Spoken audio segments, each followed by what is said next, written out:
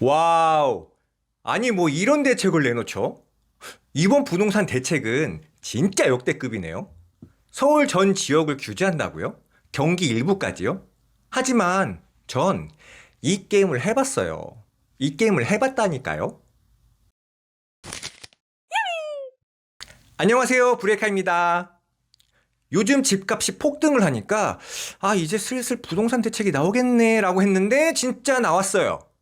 이번 대책은 정말 강력하네요. 그런데 과거에도 언제, 왜 이런 대책을 내놨는지에 대한 패턴이 있어요.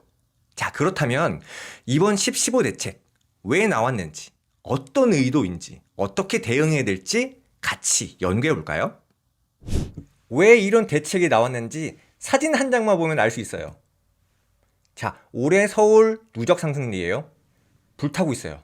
활활활.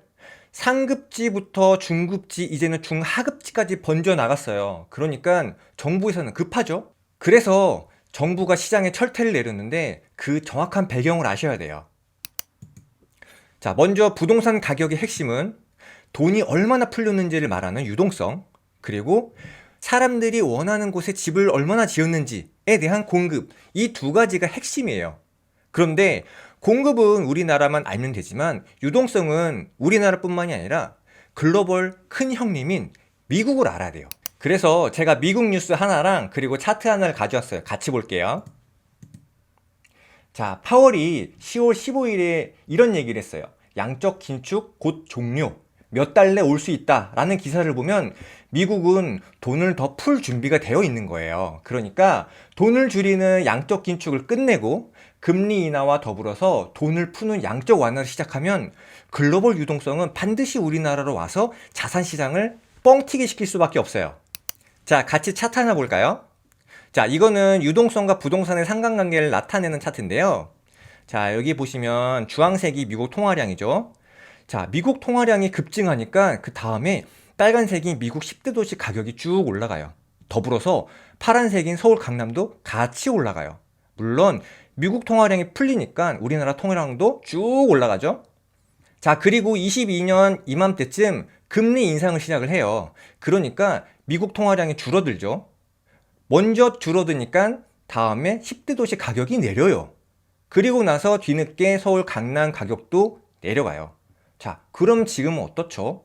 지금까지는 금리 인하를 별로 안 했는데 이제 금리 인하가 시작이 되었고, 그리고 양적 완화도 진행이 되면 여기 주황색이 쭉 위로 올라가겠죠? 그러면 빨간색 미국 10대 도시 가격도 쭉 같이 따라 올라갈 확률이 높겠죠?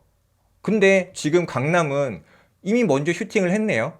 자, 그 이유는 미국보다 우리나라 통화량이 상대적으로 더 많이 풀렸기 때문이에요.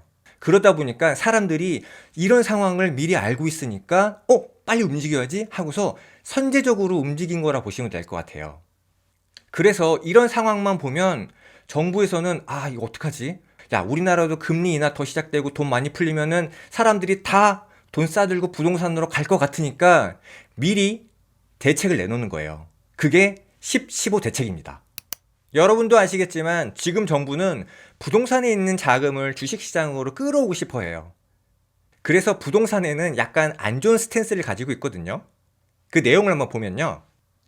지난 10월 14일에 대통령이 부동산 가격이 너무 과대평가됐고 언젠가는 일본처럼 될 가능성이 있다. 이렇게 경고를 했고요.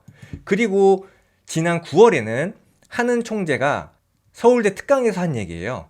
자, 금리로는 부동산을 못 잡아. 그러면서 금리 인하 시그널로 서울 부동산 가격이 오르면 더 고생한다 라고 했고, 유동성 공급으로 부동산에 불지르지 않겠다 라고 얘기를 했어요. 이렇게 정부는 지금 부동산으로 돈이 많이 가면 어떡하지? 굉장히 전전긍긍하고 있거든요.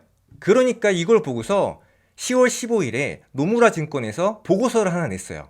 자, 그 내용을 보면 한은 금리 인하 사이클 끝났어. 그래서 인하보다는 앞으로 인상이 될 수도 있다. 이런 보고서를 냈거든요. 그래서 정확한 내용을 보면 지금 주택시장이 굉장히 과열됐으니까 한은이 금리 인하 사이클을 종료하려 할 것이라고 하면서 10월에는 금리를 동결하고 26년에는 계속 동결을 할 거다 라고 했어요. 그러니까 그만큼 이제 알만한 사람들은 다 알고 있다라는 말이에요. 그래서 지금 정부가 할 수 있는 일은 당장 한 3년 정도는 사실상 공급이 굉장히 어렵다 보니까 할 수 있는 거는 유동성을 쪼우는 일밖에 없는 거거든요. 그래서 유동성을 계속 쪼우는 규제만 하는 거예요. 뭐 이거라도 해야지 이러면서. 대신에 과거 정부와는 다르게 핀셋 규제가 아니라 이제는 한방, 즉시 이런 식으로 규제를 앞으로 계속 내놓을 거예요. 자, 그래서 이번 10.15 대책의 주요 내용은요.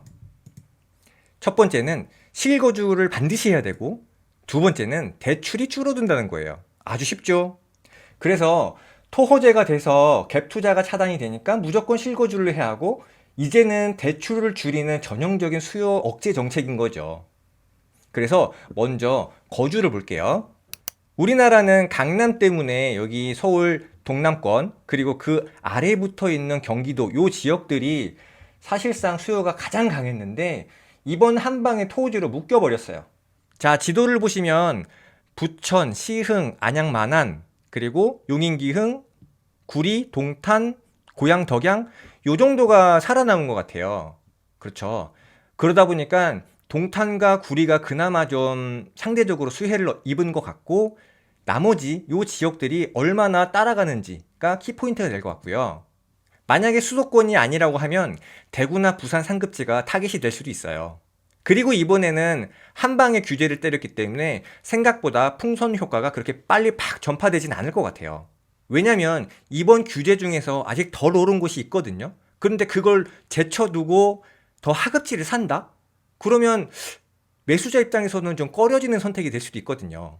그러니까 이 규제 지역 내에서도 얼마나 키 맞추기가 일어나는지도 봐야 될 관전 포인트예요. 자, 그리고 대출을 보면요. 대출 같은 경우에도 기존 최대 6억 원에서 가격대별로 이렇게 6억, 4억, 2억으로 구분이 되었고요. 사실 고가 아파트들은 DSR을 아무리 낮춰도 사실 소용이 없어요. 왜냐면 그 사람들은 이미 사업이나 코인 아니면 주식으로 돈을 많이 벌어서 현금으로 집을 사는 사람들이기 때문이에요. 자, 그럼 눈여겨봐야 될 건 15억 이하 아파트들이거든요. 이번에 627 대책 때문에 대출 한도가 6억으로 묶였었어요. 그쵸? 그런데 이번에도 보시면 대출이 6억까지 나와요. 변동된 게 없어요. 그러니까 10억대에서 15억까지가 키 맞추기 할 확률이 좀 높아졌어요. 이 가격대가 상대적으로 메리트가 생긴 거예요. 그래서 토호제가 걸린 10억 이하 아파트에 실거주 하실 분들 같은 경우에는 이제 현금이 6억이나 필요해졌어요. 진짜 빡빡해졌어요. 그리고 1주택자 전세대출이 2억 정도로 제한이 되고 신용대출을 1억 정도 초과를 하게 되면 1년간 주택 금지까지 돼요. 그러니까 잘 알아보고 하셔야 돼요. 자, 그러면 시장은 앞으로 어떻게 될까요? 정말 궁금하죠. 그래서 제 생각을 한번 정리해봤어요. 첫 번째로는 거래량이 급감할 거예요. 그래서 보통 이런 제약이 발생하게 되면 일시적으로 급매도 물량이 나오면서 눈치 장세가 일어나거든요. 아마 지금도 그럴 거예요. 자, 두 번째는요. 비규제 지역으로 쏠림이 일어날 거예요. 특히 15억 미만. 아까 말씀드렸죠. 10억에서 15억 사이는 627 대책이랑 다른 게 하나도 없어요. 그러니까 상대적인 메리트가 생기니까 이쪽으로 쏠리는 수밖에 없어요. 그리고 아무래도 대출이 6억이 나오면 그 중에서 가장 많이 대출이 나오는 구간이기 때문에 어쩔 수 없이 사람들이 이쪽으로 쏠리겠죠? 자, 마지막 세 번째. 전월세 가격 상승이에요. 이거는 사실 필연적인 것 같아요. 왜냐면 공급이 너무 줄어들었거든요. 안 그래도 지금 전월세가 씨가 말라가는데 물량이 없어지면서 전월세 가격이 쭉 올라갈 거예요. 그러면서 점점 매매가를 밀어 올리겠죠. 자, 그렇다면 이럴 때 하지 말아야 될 것도 한번 제가 정리해 드릴게요. 참 친절하죠? 자, 첫 번째, 절대 패닉 바잉 하지 마세요. 왜냐면 부동산 사이클은 길어요. 그리고 상급지는 상승이 길고 하급지는 상승이 짧아요. 그러니까 잘못 패닉 바잉을 하게 되면 물립니다. 그러니까 덜컥 사시면 안 돼요. 자, 그리고 두 번째는 여기에는 이상한 물건 매수 금지라고 해놨지만 보통은 아파트를 구매하잖아요. 그런데 오피스텔이나 아파텔 이런 거 사지 말라는 거예요. 그리고 정말 매수를 하고 싶다. 그러면 거래도 많이 되고 세대수도 많고 그리고 연식도 얼마 안 되고 입지도 좋고 어쩔 수 없이 이런 것을 사는 수밖에 없어요. 자, 그리고 마지막 세 번째는요. 과거 규제를 한번 돌이켜 보세요. 그래서 과거 규제 흐름을 보고 있으면 앞으로 어떻게 될지 미리 예측을 해보는 거고, 또한 과거 규제를 보면 다음 방향이 보여요. 과거 16년 이후부터 이렇게 친절하게 정리를 해놨잖아요. 그러면 앞으로 또 규제가 생기면 이쪽으로 번져 나갈 수도 있겠구나라고 미리 알아두는 것도 좋아요. 지금 집값이 잡히지 않으면 또 규제가 생기겠죠. 그게 이쪽일 수 있어요. 이번 부동산 대책이 꽤 강력하다고는 하지만 사실 이전에 했던 방식과 크게 다르지는 않아요.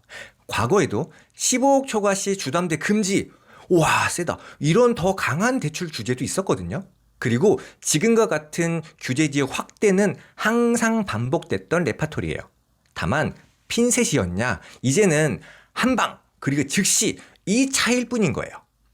부동산에 꾸준하게 관심 있는 분들은 지금 왜 이런 대책이 나오는지 알기 때문에 더 빨리 그리고 더 적극적으로 움직이는 거거든요. 앞으로 유동성은 풀릴 거고 당분간 공급도 없는데 큰 돈을 파킹하기에는 우리나라에서 부동산이 최고잖아요.